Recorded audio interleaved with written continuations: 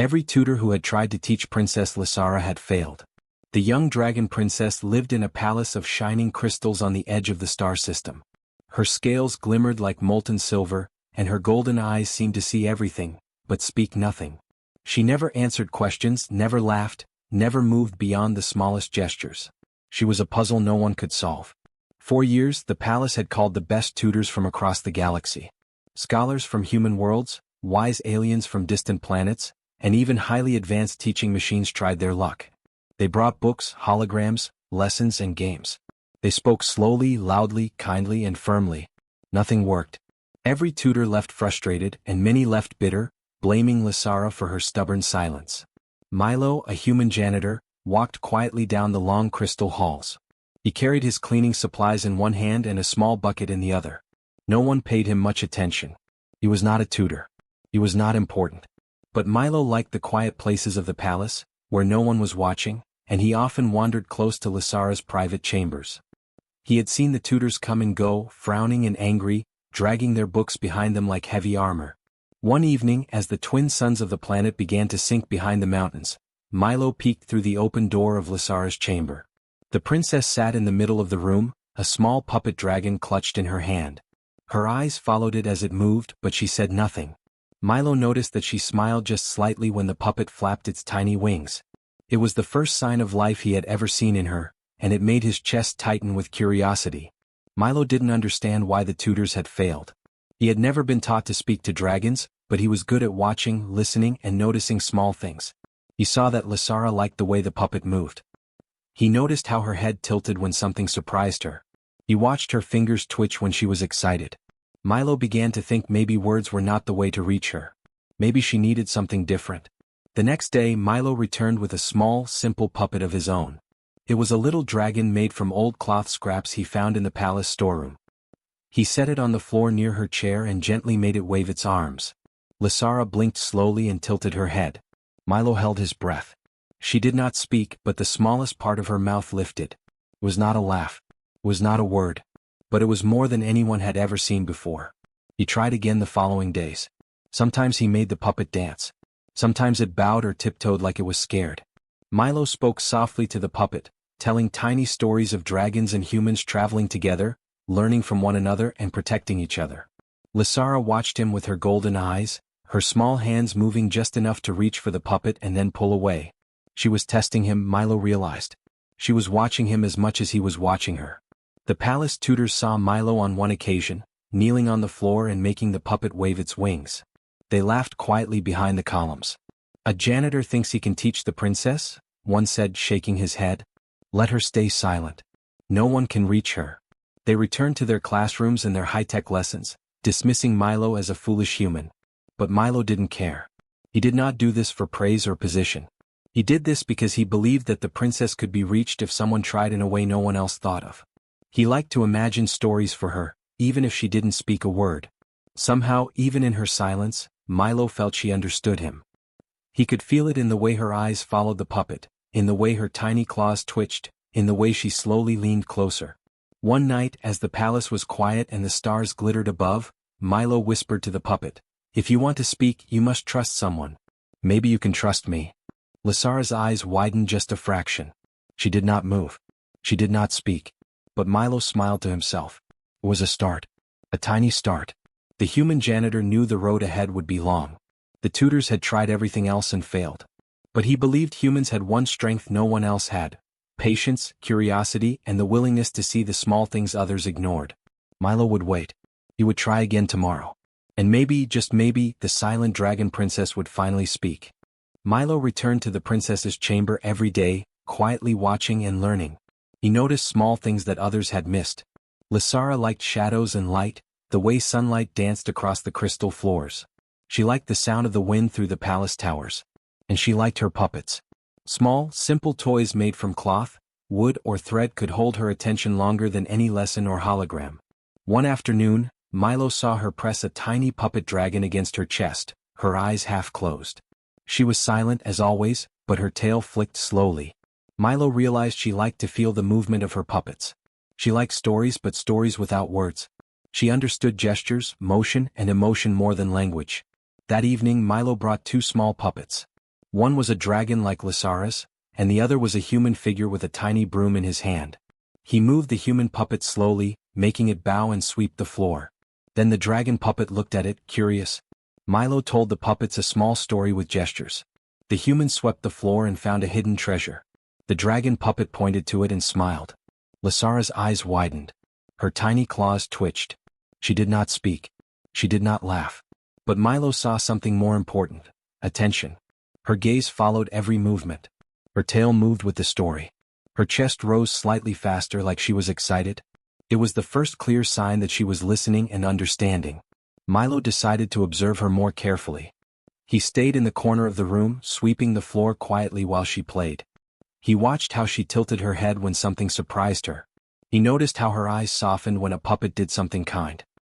He watched her mimic a small gesture of the puppet's with her own hands, almost without realizing it. It became clear to him that Lysara had her own way of communicating, and no one else had tried to see it. Tutors had expected her to speak, to repeat words, to answer questions. Machines had expected her to respond to logic and patterns. But Milo saw the truth. She spoke with her hands, her eyes, and her puppets. Words were not for her. Stories were not for her. Motion was her language. The next day Milo brought more puppets and tried new ideas. He made them dance, bow, and even pretend to be clumsy. He told tiny stories without words, moving the puppets in gestures that showed sadness, joy, fear, and courage. Lysara watched with rapt attention. Her small hands reached out, moved slightly toward the puppets, then pulled back. Milo understood. She was learning trust. She was testing him. The palace tutors passed by and shook their heads. "He's wasting his time," one said. "A janitor cannot teach a princess. Let her stay silent." Another whispered, "She will never speak. Do you see her? She ignores everyone." But Milo did not care. He knew they had all failed because they tried the wrong methods. They looked for words, but Lysara had a language they could not see. Milo spent hours observing her, noticing patterns no one else saw. He saw how she reacted to kindness and fairness, how she followed gentle motion rather than loud commands. He saw how her eyes sparkled at curiosity and dimmed at impatience. Slowly he began to understand the rules of her silent world. One night, Milo whispered to the human puppet, "She notices the small things. She understands what we feel even if she cannot speak. We just need to show her we care." He moved the puppet carefully, making it bow to the dragon puppet, offering a flower and stepping back respectfully. Lysara's tiny claws reached toward the flower. She did not take it, but she did not pull away. Milo realized he had made a breakthrough. It was small, almost invisible, but it was enough. Lysara had begun to respond to him. She had begun to recognize that someone was listening in a way no one else had. It was not about magic or rules or intelligence. It was about seeing her fully, understanding her gestures and matching her pace. The more Milo observed, the more he learned. Every twitch of her tail, every tilt of her head, every tiny movement of her claws told him something important. He began to plan stories using the puppets, gestures, and actions she could understand. He did not know if it would work fully. He did not know if she would ever speak words. But he believed she could communicate if someone truly tried. For the first time, Milo felt a spark of hope. Other humans had failed. Tutors had failed. Machines had failed. But humans had one gift they often overlooked: patience, empathy, and the willingness to see small details others ignored. Milo smiled to himself. He would keep watching. He would keep learning. And maybe one day the silent dragon princess would trust him enough to speak. As he left the chamber that night, Milo looked back at Lysara.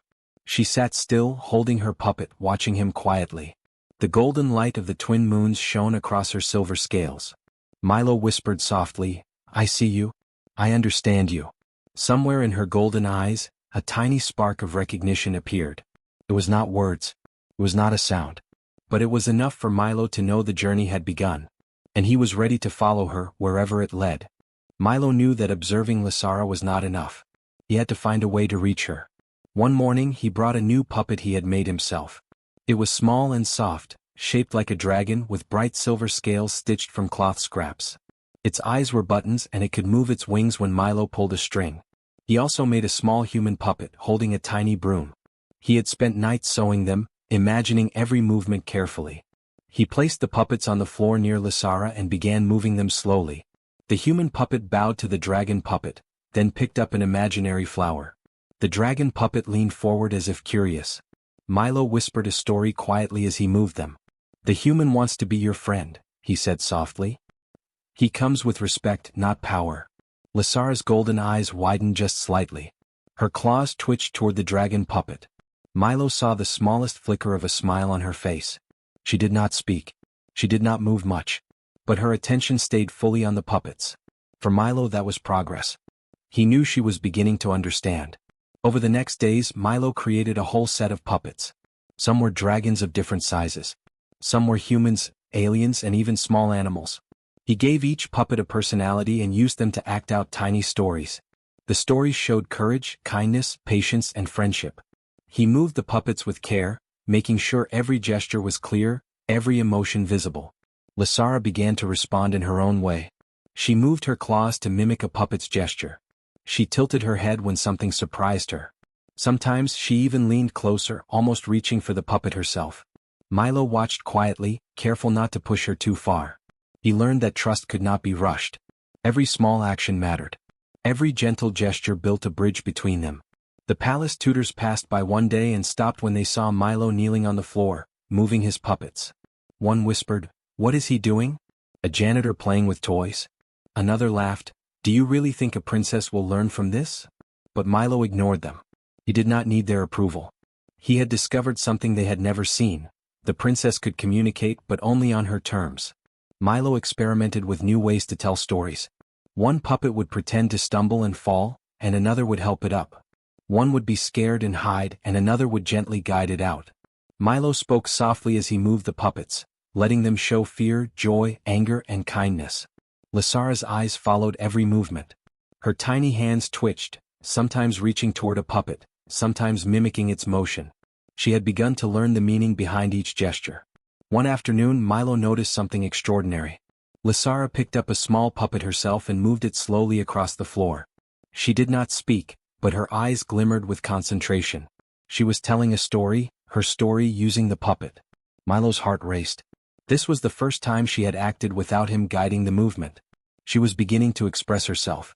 Milo carefully moved another puppet to interact with hers. The puppets bowed to each other, shared imaginary gifts, and acted out tiny adventures. Lysara watched them, and then slowly, very slowly, she moved her puppet to mimic a gesture Milo had made earlier. It was not much, but it was more than anyone had ever seen. She was responding. She was participating. He realized that words were not needed.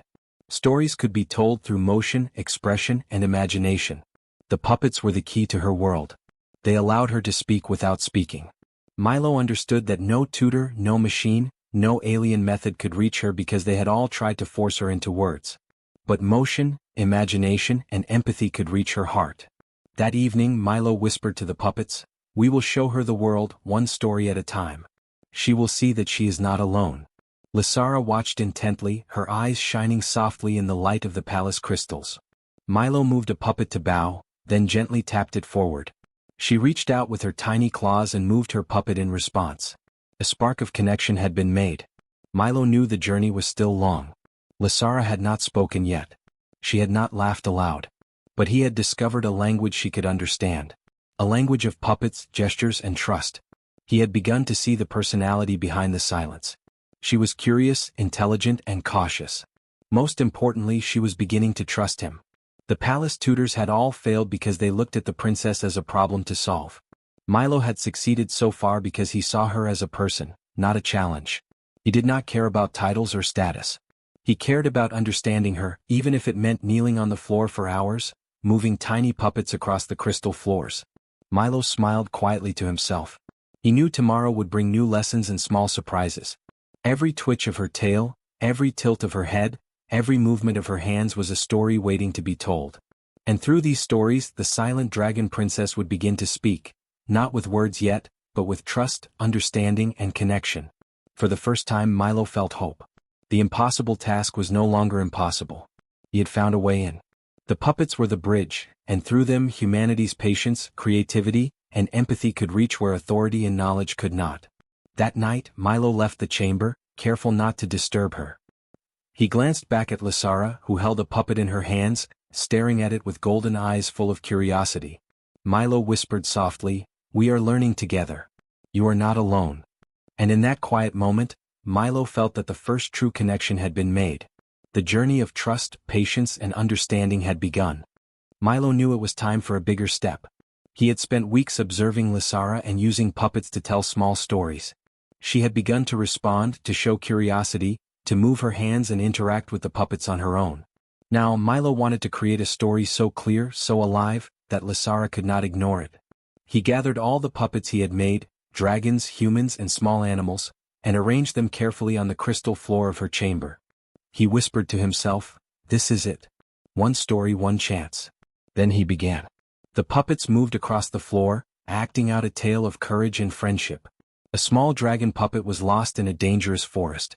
The human puppet, carrying a tiny lantern, searched patiently through rocks, streams, and shadows. Other puppets joined in to help. They encouraged each other, faced fears together, and overcame obstacles. Milo spoke softly, letting the puppets tell the story through motion and gestures. Lysara watched closely. Her golden eyes followed every movement. She did not move at first. She did not speak. But Milo could see something in her expression. A flicker of interest. A spark of understanding. Her claws twitched toward a puppet that stumbled. Her tail flicked slightly when a puppet showed bravery. Milo knew he had her attention completely. As the story continued, Milo made the puppets interact more. The lost dragon puppet faced a challenge. A small river blocked its way. The human puppet carefully built a bridge. The dragon puppet tried to cross but fell. Milo showed the puppet struggling and getting back up again. Lysara leaned forward, her eyes wide. She slowly reached out and touched the dragon puppet, moving it gently across the river. Milo's heart leapt. She was participating. She was communicating. He continued the story, letting the puppets show fear, kindness, trust, and patience. Milo made mistakes on purpose with the puppets. Sometimes they fell, sometimes they missed a step, and watched how Lysara reacted. She adjusted the puppets, corrected them, and guided them through the story. Milo realized she was no longer just watching. She was telling the story herself. Then the moment came. The dragon puppet, guided by Lysara's tiny hands, reached the other side of the river. Milo whispered to the puppets, "You made it because you helped each other. Courage comes with care, and care comes from trust." Lysara's golden eyes glimmered. She looked at Milo, her gaze steady and curious. And then, in a quiet, soft voice, she whispered, "More?" Milo froze. For the first time he heard words from the silent dragon princess. They were simple, one word, but they carried everything he had hoped for: curiosity, trust, and engagement. He smiled so wide it hurt his cheeks. "Yes," he whispered back. "More stories. More adventures." Lysara's claws moved with the puppets, directing them with confidence. She smiled faintly, her first real smile. Milo realized that she had begun to understand not just the puppets, but him. She trusted him. She believed he could guide her without forcing her. It was more than language, it was connection. The palace tutors and council members were watching from the shadows. They had never seen anything like this. A janitor, kneeling on the floor with puppets, had succeeded where they had failed. Their mouths were open, but Milo did not care. The lesson was clear. Humanity had something they did not: patience, empathy, and creativity. Sometimes, the smallest human could reach the greatest dragon if they saw the world differently. Milo continued the story, letting Lysara take the lead. She guided the dragon puppet to meet new friends, help lost travelers, and even face imaginary dangers. Milo let her lead, correcting only gently when necessary. Every movement she made was a wordless sentence. Every gesture was a paragraph. Together they were telling an entire story in motion. By the end of the evening, Lysara had moved all the puppets through the forest, across rivers, and into a safe valley. She held the dragon puppet close to her chest, and Milo whispered softly, "You did it. You spoke without words, and you told a story of your own." Lysara looked at him, golden eyes shining, and whispered again, "Thank you." Milo felt a warmth in his chest he had never felt before. It was not pride. It was not honor. It was the joy of understanding another being, of building trust, of connecting where others had failed. He realized this was why humans could do what others could not. They could see what mattered, they could care, and they could be patient. That night, Milo left the chamber quietly. Lysara was asleep, clutching her dragon puppet. The connection was made. The bridge was built. Words would come later, but for now they had something even stronger: trust, understanding, and shared stories. Milo smiled and whispered to the stars outside the Crystal Palace, "We've begun. And we will go far together." The next morning Milo returned to the chamber with a small smile. Lysara was already there, sitting quietly with her dragon puppet in her hands. She did not speak, but her golden eyes followed him carefully. Milo knew that the bond they had begun was still fragile. Trust, once earned, could be lost as quickly as it was given. He placed the puppets on the crystal floor and began moving them gently. Today the story would be different. Today Milo would let Lysara take the lead entirely. He whispered softly to the puppets, "This time you will tell the story together. She will guide you and I will follow." Lysara blinked slowly, then carefully lifted a small dragon puppet. She moved it across the floor, guiding it past a tiny obstacle Milo had set up. Milo mimicked the movements with the human puppet, bowing and offering help. She hesitated at first, watching him, then smiled faintly. The smallest curve of her mouth, but it was enough.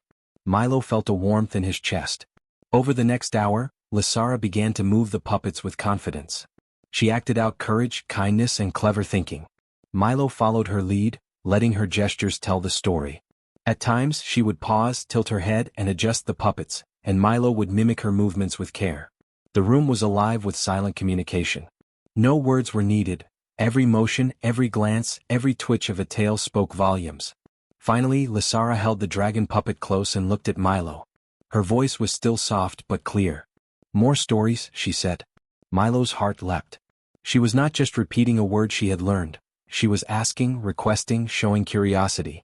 The silent dragon princess was beginning to speak on her own terms. Milo smiled and nodded. "Yes," he whispered. "We will tell many more stories. Together." Word of Milo's success spread quickly through the palace. Tutors and council members gathered to watch, curious and skeptical. They expected failure just as they had for years. But when they entered the chamber they saw something they had never imagined. Lysara, guided by a human janitor, was moving puppets gracefully, telling stories of courage and care. Her golden eyes shone with understanding, and her small hands moved with purpose. The council whispered among themselves. "A janitor, teaching a princess?" One said, disbelief in his voice. "Impossible," another replied. But Milo did not care. The lesson was clear. Sometimes the smallest humans with patience and creativity could do what the most skilled tutors could not. Over the following days Milo continued to work with Lysara. She began to use the puppets to communicate more confidently, sometimes forming tiny words, sometimes using gestures alone. Milo encouraged her gently, letting her learn at her own pace. He watched as she slowly discovered her own voice, and he felt a quiet pride. Not pride in himself but pride in humanity, the ability to connect, to understand, and to care where others could not. The palace tutors who had once mocked Milo began to notice the change. Some were ashamed of their earlier arrogance. Others were amazed at the simplicity and power of the method. Slowly they learned that words were not the only way to teach, and that human patience, creativity, and empathy could unlock minds that others had given up on. One evening Milo brought a new puppet, a small silver dragon with golden eyes, much like Lysara herself. He set it on the floor and whispered, "This is you. Tell your story."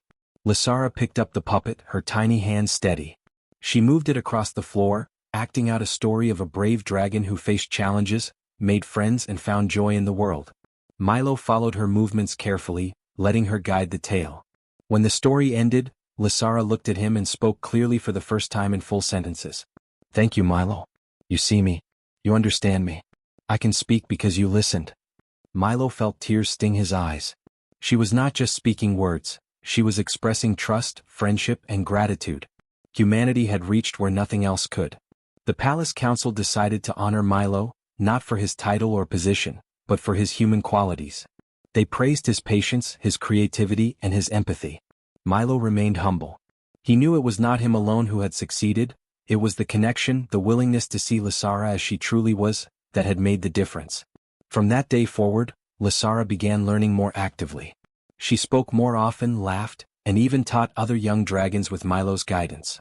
The puppets became a symbol of their bond, a bridge between worlds, and a proof that humans, no matter how small or ordinary, could achieve extraordinary things when they cared enough to understand. Milo watched her one evening as she guided a small puppet through a tiny adventure, smiling softly. He whispered quietly, "We did it, Lysara. Together."